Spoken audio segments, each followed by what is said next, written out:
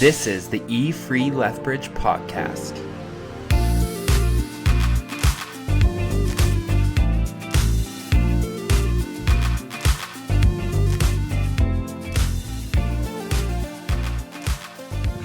Welcome to the E-Free podcast. My name is Levi and I am your host today. With me, we've got the 9 a.m., 11 a.m. service pastor, the most community-minded person I've ever met, Mark Dick. Hello. We also got the 6 o'clock service pastor, the young at heart, Luke Watson. Thanks, Levi. I appreciate that every time you say it. Yeah. Mark, are you kidding me? And the Wonder Woman extraordinaire, Glenda Postman. Wonder We Woman. really need to Woman. come up with No, another that's title good. here. Wonder Woman. I have no cape. Love that. We might need to think bigger. Not all heroes wear capes. Oh my word. We have a lot to get to in today's episode, but I wanted to start off with a new segment called Fun Morning Question. Morning question. Applause. Yay. So today's fun morning question: what is one fashion trend or article of clothing that you look back on and are like, you're shaking your head like, oh, I shouldn't have ever done that or worn that? Yeah, one article, one fashion trend. Oh man, the whole 1980s. Yeah. But you know what's scary for me is that you say that and I shake my head because I think I've shook my head for the last 2 years because the clothes that I'm like, oh gosh, I wore that out. People are wearing those out again. Like, What did you have, Mark Dick? Did you have a mullet? well, I did have a mullet, but we've just Nice, buddy. and sent it out the door. But the mullet worked for me in those years when Yeah. it worked. Caught you a wife, eh? Got me the wife. It worked for sure. Bonnie. Yeah. I loved everything about the 1980s, especially the hair. Like, hair was big and backcombed, bangs that like could do all sorts of things. And then you had the creme de la creme, the banana clip. Banana clip. It was gotta- the perfect thing. What is the banana? What is the clip? banana? It was like this very large long clip, and you would like put it in the sides of your head and then clamp it together, so all of Okay. your hair would go like a beautiful flowing Oh, mane down your back. Amazing. Brilliant. It was like a mane Wow. for people. Oh. And not only that, you could have the exact same haircut as your boyfriend in the 80s. Wow. Yeah. Wow. Trying to Did you- picture the banana clip. Did you have a lot of boyfriends in the 80s? Great question, Mark. I did, know what? unfortunately. A lot of Yeah. boyfriends in the 80s. Awkward morning questions. Oh my with goodness. Wonder Woman. Wonder Woman had a lot of boyfriends in the 80s. Yeah, You know in high what? school in the 80s. Maybe we can get a picture of that at some point. Yeah, okay. It's good. I still have a banana clip. Okay. Yeah, you do. I Yeah, we saved gotta one. Get that for next week's podcast for sure. Luke, Yeah. what You do know you what? have going Yeah. on? Man, I feel like growing up in the 90s was all the big baggy pants, like the baggiest pants you could get. Hammer Uh, pants. but also, man, I had a pair of white pants that I had until I got No. married. Yes, because the Backstreet Boys did their like 2000 millennial Yeah, I edition, remember. and they wore white pants. Nice. So that's when I was like in grade 8. And so I have a white pair of pants that Ruthie actually donated, and it was hard to get rid of them because I remember them being expensive, and they were like, yeah, Sweet. white pants. Are they still white? Nobody knows. Keaton had a baby blue Miami Vice. Do you remember Miami Vice? Oh, yeah. Miami Vice suit, baby blue, the whole thing. Suspenders. Wow, Did you have? that's beauty. He probably wore suspenders underneath. Yeah, I'm sure he's going to be glad that I share his too. Did he have the I had like that the, too. the flowy thing, like the Dumb and Dumber No, Uh, no, that's blue suit in the middle? Just that. see. You can't talk 80s T-shirts? things. You can't talk 80s things with Luke and Levi. They were like not even a twinkle in their parents. Okay, that's true. Levi, well, you had to have had something. You're kind of a Yeah, stylish Levi, guy. you are stylish. Okay, so yesterday I was looking for these sweatpants that are like not like pajama sweatpants, but like things that I would still feel okay about wearing around the house. Yeah, I know. I'm bougie- the weird. I could have just worn whatever the bougie sweatpants. Easy. And so I couldn't find the sweatpants that I was looking for, But then I like went under the bed into the Salvation Army bag, like where we put all Wow. our clothes that we're like going to give away. And I found my drop crotch pants. So Nice. these are like pants where the crotch is actually just above the knee. And I got them probably like, I don't know, 6 years ago, Wow. maybe 7 years ago. What? And and so I was like, oh, they're kind of like that sweatpant material. I put them on. Oh, so comfy. I'm like, I'm not giving these suckers away. And Wow. so now I'm like, I wore them all day yesterday. They're gonna be a regular thing, I think. I feel like Nice. that'd be just too much freedom You know, We're when you're everybody's locked in after your freedom. house, to a you whole want new the level. freedom to not be locked up. Wow. Beautiful. Wow. We should rein in this podcast. Yeah, this is a lot. Yes. Yes. This Yes. is a lot of information. And I love these. Oh, that's fun. Sorry. Drop Can we crotch cut pants. things? I've never heard of that. I've never heard of this freedom. Freedom, man. Yeah. Okay, well, it's time to get to the message.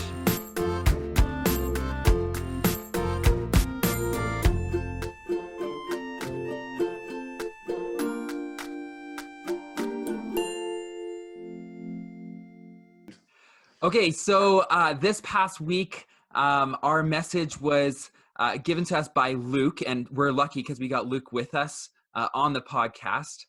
Luke, you mentioned these three things. There was the crown, there was a lamb, there was a donkey. What Yeah. are those three things? Why were we talking about them? Nice.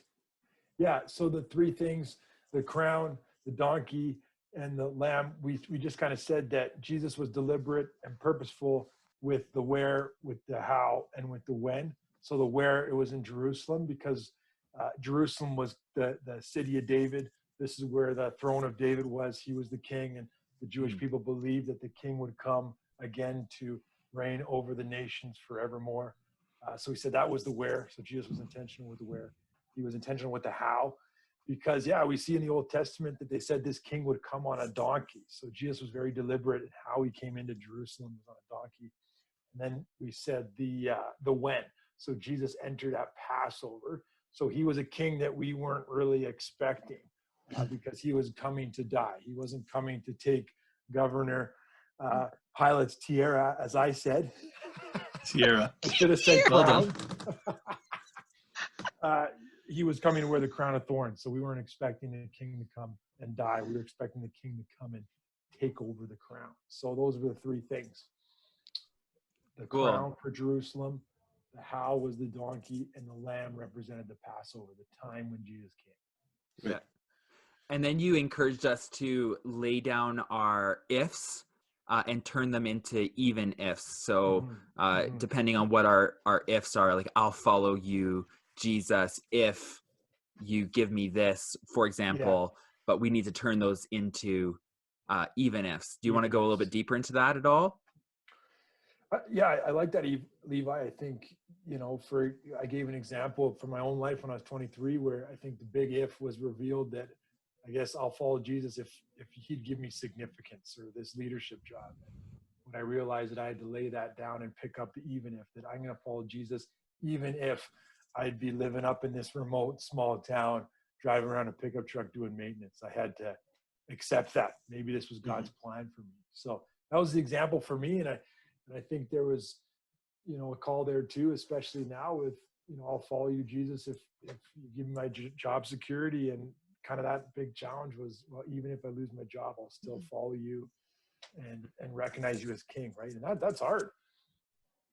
I wonder too if we have like certain expectations, like when we come, I don't know if you guys became Christians when you were kids, but like when I became a Christian, because I was a little bit older, I think I came with an expectation of who God was and what Jesus would do for me. And I think maybe my picture of him looked a little bit more like a genie in a bottle, like Aladdin, than it did like this savior entering in on a donkey.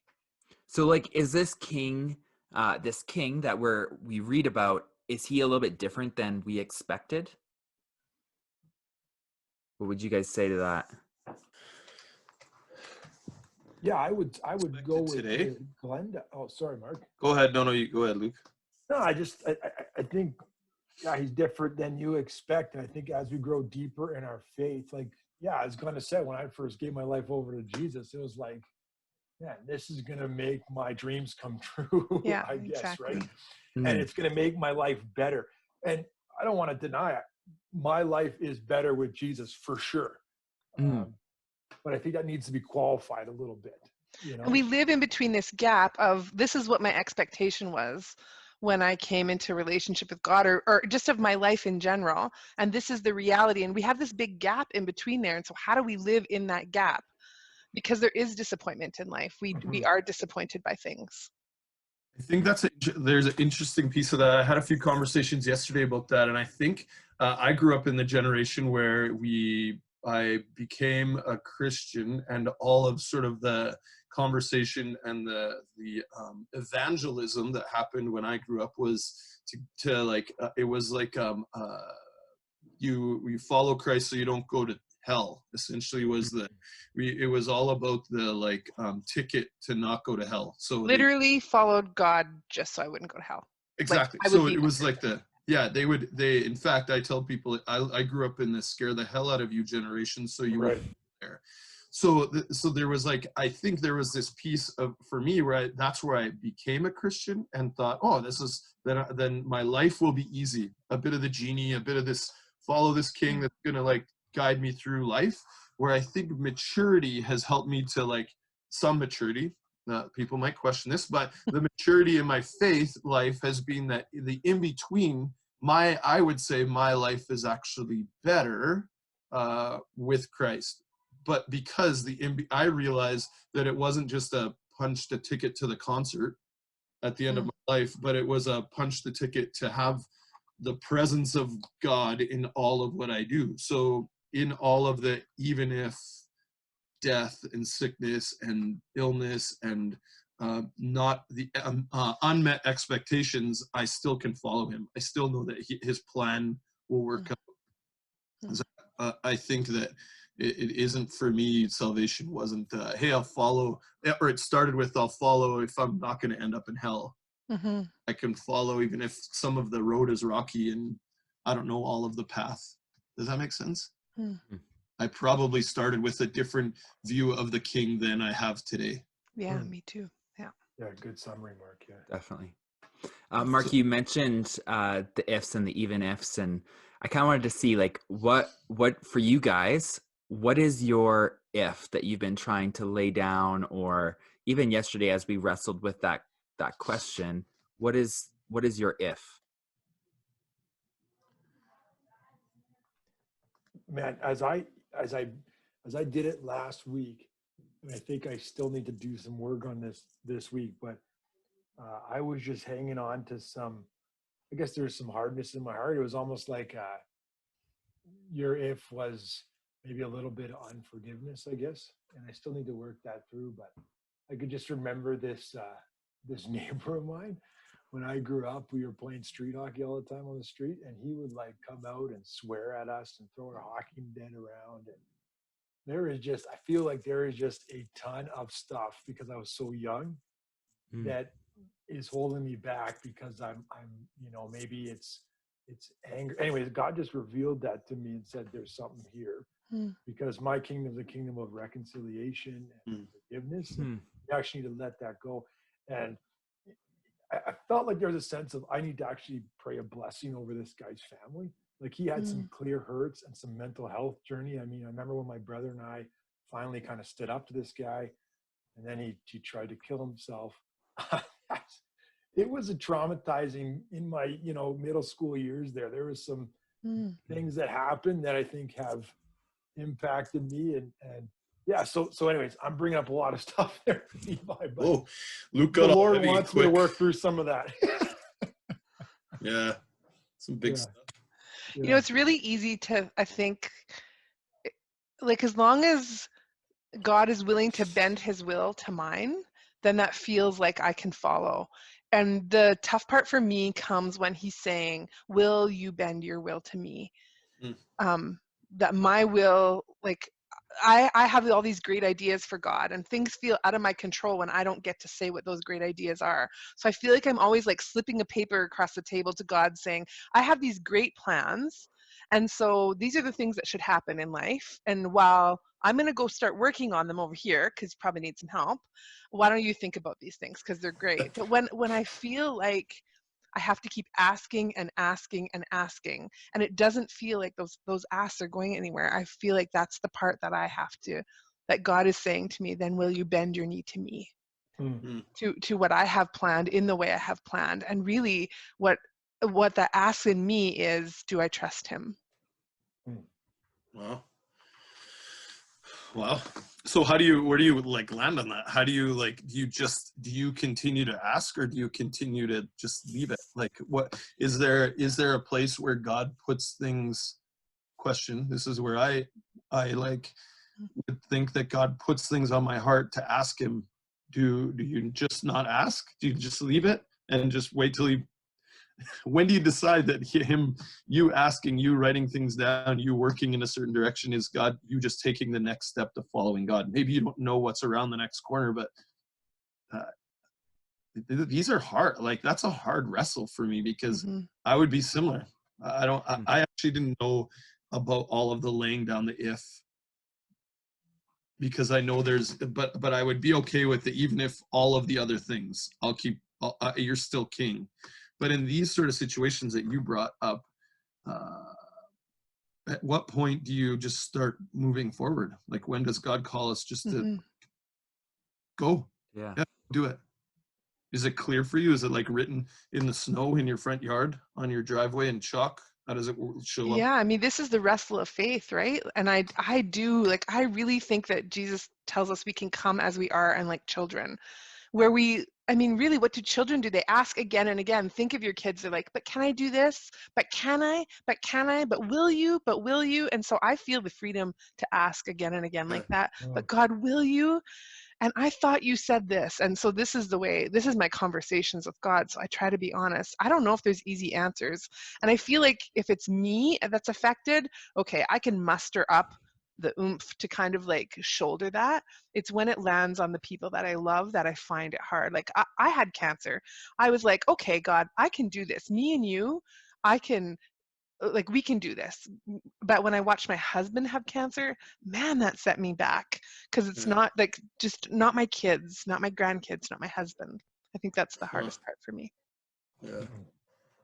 Well, yeah, I think for me, there's part of that for me too. I think I could bear it for me and the list even ifs and be like, you know what, I'll just keep following you. When I watch cancer has affected our family, when I watch the loss of my dad, and then say, you know what, I can process through it, see a counselor, recognize Christ as king of my life.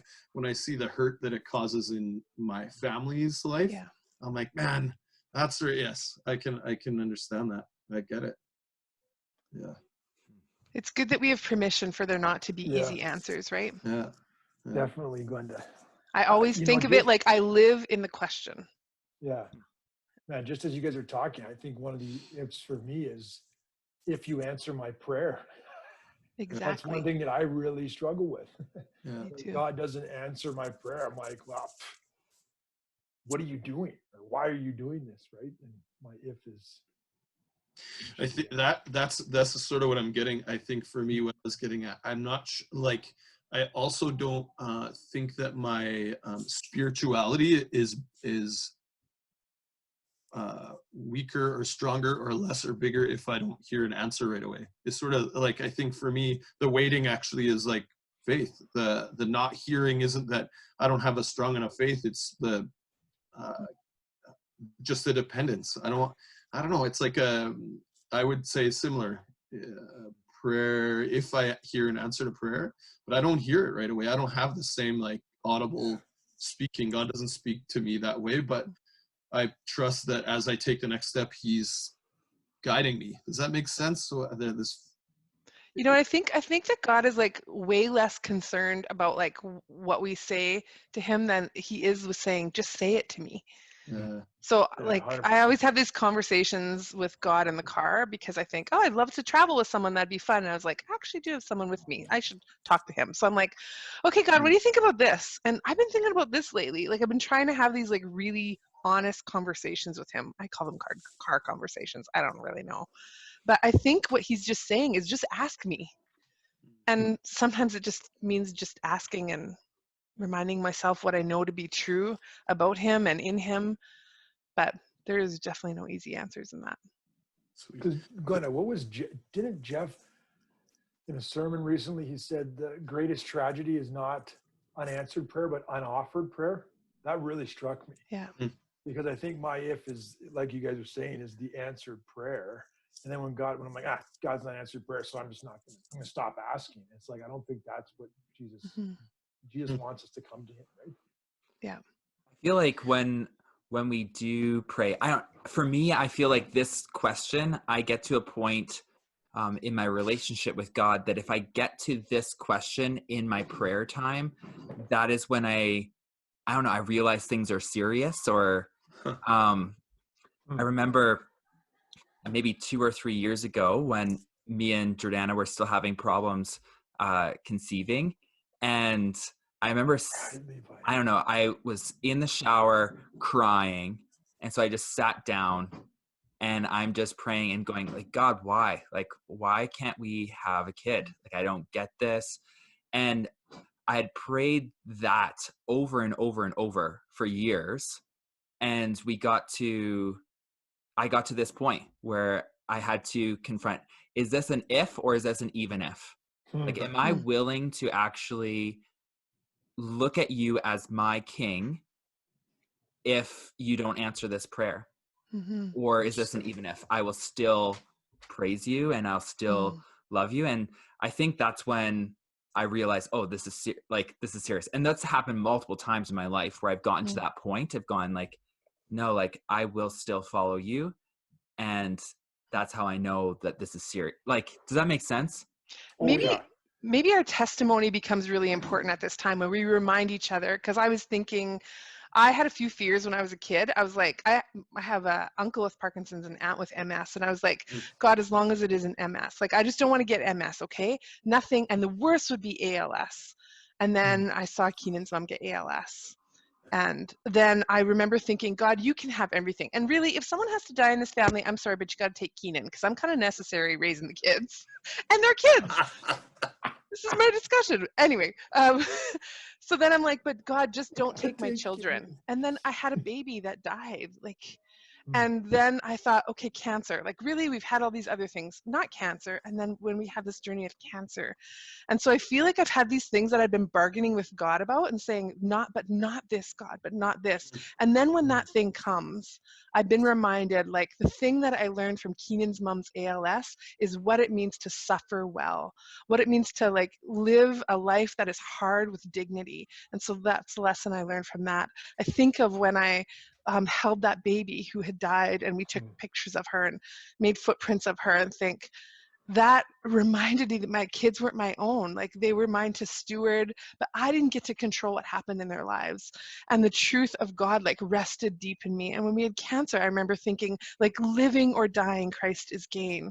And so what this built in my faith was not what I had expected, but what I got of God is way more than what I could have expected. So I think we have to tell each other the stories of this. Yeah, amen, Glenda. I was just going to go back to that life is better question with Jesus and just say, in the midst of this, Glenda, you would still say life is better with Jesus. Yeah, and would you say, oh, I would trade, what I learned of God, I would trade in, I would give up my baby for. No, that is not true. I would not give up that baby. But yet, in that thing, God has, I did a study once years ago, and I studied but God everywhere else. And so this is my but God. This happened. It was terrible. I hated it. But God, in this thing, in his mercy, met me and taught me and made my roots grow deep.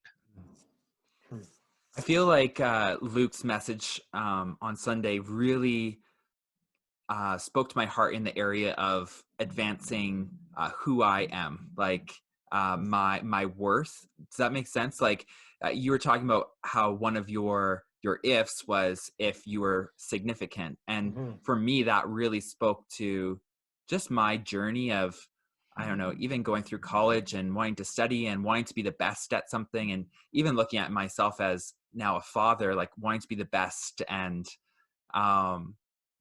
yeah, and it could even be like my bouginess, like, God, I won't follow you if you Bougie. don't, yeah, like if you don't give me these things in my life so that I Right. can post on Instagram with my cool Birkenstocks, you know what I mean? Like, And get 200 likes. and get I'd hopefully be looking Significance. for more than 200 likes, Oh, but my.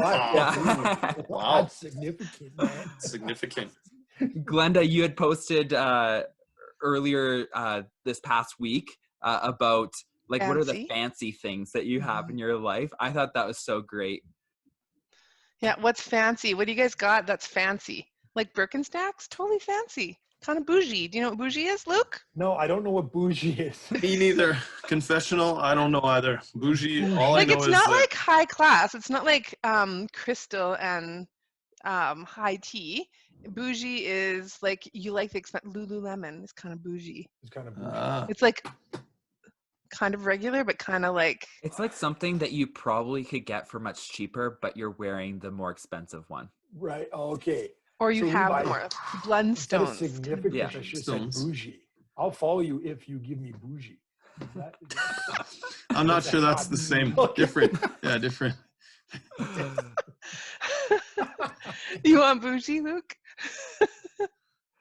But Oh, Oh. that's- but Come like on, what in do you all have? seriousness, there's like those things, the people that are putting on the list, and I'm like, this is such a good conversation to have, because those are things that we often see from other people, and we're like, God, why don't I have those? Like we start to compare ourselves, and we get to this question, like, God, like I'll follow you if Mhm. you give me these wants of my heart for Mhm. Blundstones and for I you know what I mean? If you give me a big house with a fancy kitchen like Glenda's got, like I'll definitely Yeah. follow you. That's bougie kitchen.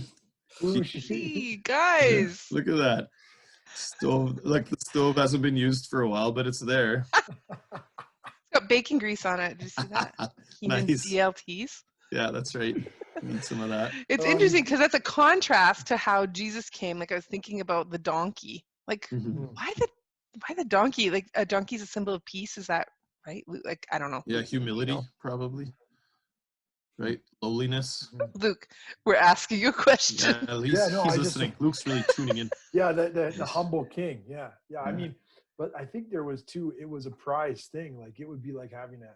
Not everybody had a donkey just sitting around, right? Like especially one that was unridden, as it said in the text. Yeah, I That's was like wondering having what a that meant. Cadillac with no kilometers on it. Ooh. A cat. But it was Did you still just wait a lowly, second? right? Did Like, you it's just still- compare a donkey to a Cadillac? I'm not sure that's the same. I No, was like, let's thinking say a it's like donkey would Dodge be Caravan, humble. maybe, with- Yeah, humble, exactly. I don't. Because That's why I'm not sure Cadillac. True. The Zechariah passage that talked Lowly. about it's not a war horse. It was a Yeah. donkey. Right. Yeah. So I kind of thought it would mean lowly. Yeah. No. Yeah, It mo- definitely means lowly. Okay. Yeah, more like a two-door black Mustang. Yeah. Mm. Exactly. I was going to say that's class. That's too much That's class. class. But I would say the donkey would be like the lowly picture, right? Like Yeah. it was definitely not the like he didn't ride in on a war horse to like with all the acclaim. He came in on a Mhm. donkey because that is actually who he was and prophesied. If he would have come in on a big war horse, would have like almost destroyed the ministry that he had his life, like his whole life ministry would that Mhm. it wouldn't have been the same. Mhm. Mhm. Uh, But then do we want to do you want to follow a king who rides a war horse? Like really, I want him to ride the war horse for me. hmm. But I feel like it's different because if you like, you also look at who God is and the times where God is seen in the Bible, he is on that war horse. Like people can not even look at him. That's how powerful he is. Yeah, I mean Revelation when it talks about that he will return on this white horse with a crown, not a tiara, on his head. Exactly. Like it. Like I think That's why Believe- Jesus is like truly the king, because he's in both situations. But really what he's asking us to do right now is to follow in this humility. Mm. So that's interesting, because when we come in, we're not coming in like, hey, we know, and this is the way, and like he's saying, just like follow me. It's a different call, do you think? And does that mean, then, Glenna, that you can't have a Cadillac or a nice kitchen? I don't think so. Like, Can you be I want to speak to all of our fancy friends out there. Like, Yeah. I know they exist, and it's about the heart. It's not Yeah. about Amen, Levi. Exactly. 100%. about what you got. Yeah. I mean, fancy to me is like having an iron and ironing your clothes. So this Yeah. is all relative here, people. You're a non-ironing family. Yeah. Amen to that, Levi. Yeah. Yeah. I think too often we judge people for having nice things or Cadillac, and it's like God's after the heart, and like you're revealing your judgmental heart. I mean, I think God's got something to say to you too. Mhm. You're too, you got some envy maybe in your life, and I'm guilty of that myself, right? But Luke, you asked us too, like, do you expect Jesus to reign in one way? Mhm. This idea that like he came and he humbled himself to a servant. He bore all of the punishment, like by his wounds we are healed. This is a different kind of call to follow, I think. So Absolutely. then how do you follow? What does it look like to follow in that way? Well, don't isn't that where we go back to the ifs and even ifs, that as we continue to our journey towards the cross and towards Jesus, that Jesus will continually challenge us or call us to lay down our life and pick up the cross, right? So that So as we how move toward how him- do you daily lay down your life? yeah, that's a I'm big literally question, asking Glenda. that. Yeah, Literally, I think she literally wants you to say, but I think that's like part of that's the heart part too, right? The humility, the servant, following after or responding the way Jesus would have. If we're follow the King, and Jesus is the King, and this is how he lived on this earth. Essentially, that's what we know of him. Are we not called to respond similarly? Like, I think even in his response to people, in his love for people, in his like empathy, like how often did even a few, you read he sat with people and cried. He saw the family who lost Lazarus and cried, and he like, so there like there isn't it isn't he doesn't only come through the temple and tear down the tables. He's one who sits with the hungry and feeds them. He sits with the woman at the well and gives her water and speaks to her of life. Like, I think that when we see his life, I think there's every day we can, even in the way we respond to people, could be the way that we respond to Christ. It's so easy That's to get caught up in my way. Like, I have these rights.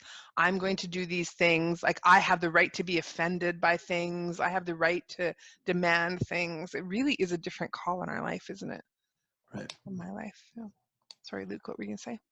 no, it's hard for me to get like a step by step. Here's the practical way to do this, because I think it's the Holy Spirit in our life that reveals like That's a great point. Yeah. these things. So like, I would love to tell you, well, you got to sell your car if you're going to follow Jesus. And I'm like, I don't know if that's your if, right? Right. I think there's so many practical steps that we have, as Mark said there. So I'm That just is a wrestling with great that point. question. That's a great point, because really what he's saying is follow me, like which means I will Yeah. lead. So Yeah. you can't say, well, Yeah. So you get to follow his lead. It's great. Right. All right, thanks friends for sharing. It's time for On the Lighter Side. On the lighter side. On the Lighter Side is going to be a segment that we have every week that's just talking about some lighter stuff, some lighter content. And so every week we're going to ask a question. Today's question is, what's your go-to low-key chill time during COVID that's getting you through? Low-key chill time. Wow. I got it. It's trendy. I got it right now. We actually do this as a family. We are into cooking shows. So we record all the cooking shows. Right now, our favorite one is Guy's Grocery Game. Games. So you like, it's Guy Fieri. This is what we watch.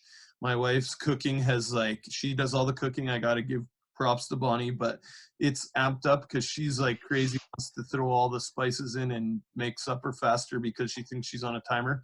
But that is our like, sit on the couch, watch a few episodes.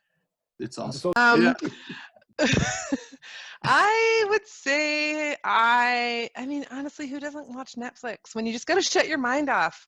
I just don't want to. So I'm really into Making the Cut. It is like a Project Runway kind of show. They are fashion designers and they're designing clothes. It's excellent in case you want to watch. And Keenan's making me watch some scary show, which I don't. what's it called? A Man in the High Castle. It's something about what if the Germans and the Japanese won the war. I don't know. It's kind of weird. That's But interesting. it's kind of fascinating, but it sounds makes like me so Keenan. scared. So I have to like kind of watch like this, and then I'm not very good with intense shows. I like anything that's a comedy. I watch Jim Gaffigan. I'll watch any comedy. Also, karaoke is always a good time, and Keenan and I will Come sing. on. Come on. Wow, really? I am not kidding. We will go That is downstairs a and huge reveal. Like just the two of you? You two going Yes! to karaoke? yes. Oh, I man. would never find me Normal? doing that. What? No. You thought about Well, making that's your own unique. reality show, just the two of you? It could be a reality show. I'm sure. Yeah, I think we should get on That this. is That a would be huge that is reveal. awesome. Really, you guys don't? I feel like this is a normal thing people do. This is not normal. Sing Apparently karaoke not. in their house. Yes. Yeah, No way. Is that normal? nobody does that. We need to put this needs to be copied on Facebook. Just ask people. If Yeah. that's Ask people. Okay, you could ask people. I'm pretty sure it's normal. Pretty sure you guys are normal. Luke, how about you guys? Let's take the well, focus other off than Linda. singing, karaoke, and dancing. Yeah. What's your next thing? Oh man, that's good. Oh, that's funny. I mean, of course, the Netflix as well. I almost The Netflix. We moved on.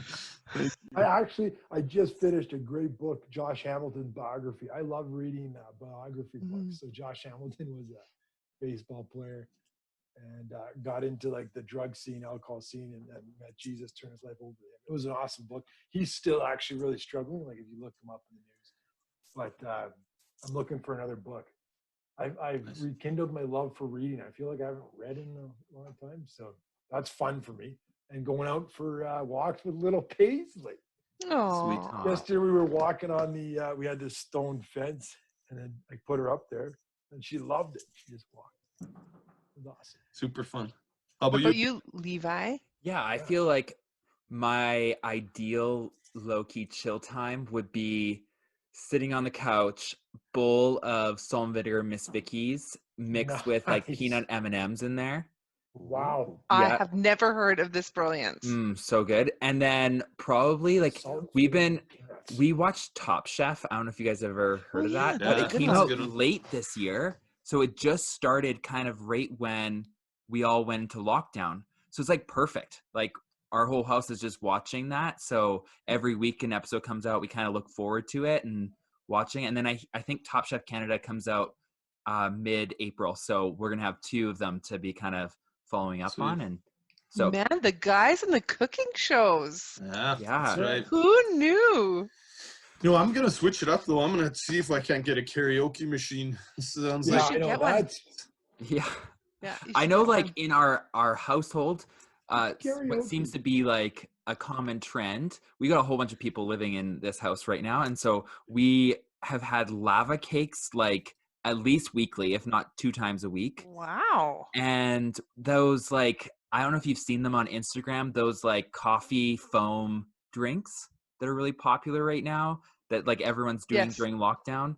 Yeah. Which is pretty much glorified instant coffee. man, I don't- okay. It was pretty strong. It wasn't my favorite thing, but again, it's like almost every day we get these foam drinks in our house. People See, are this making is the them, so- time to be bougie about these things. Yeah. Man, I Have a I little didn't know bougie what thing. this stuff. Yeah, foamy drinks. Yeah. I still make the coffee. For You think bougie means panache or whatever? Panache. Panache. What is panache, Luke? You looked up panache. No, I know ganache. Yeah, From I all of was our thinking cooking it's like shows. something you put on your coffee, some panache, but apparently that's more like ganache. And you put No, panache will be like, I think it's like a style, like you really have kind of that young urban professional style. Like, look at this. no, you need to No? get your Young urban professional style. Yeah. Kind of like Yuppie. people wear tiaras. Yuppie. What did you mean by tiara, Luke?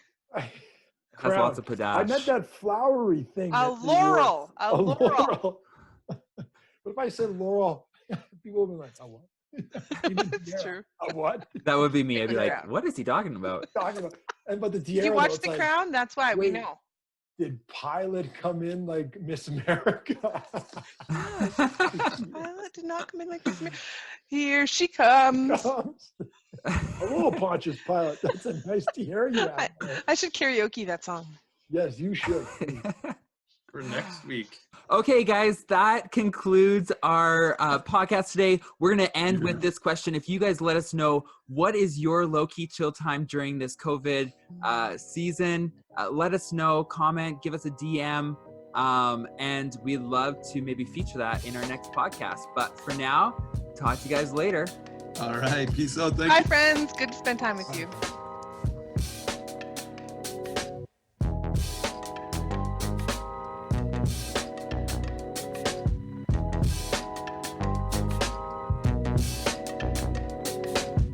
Wait, what about the Bushi thing? Yeah, bougie. Something happened here. We missed it. Yeah, the pants were bougie, but I also feel like We are I don't going to get to understand the this. bougie part. Okay.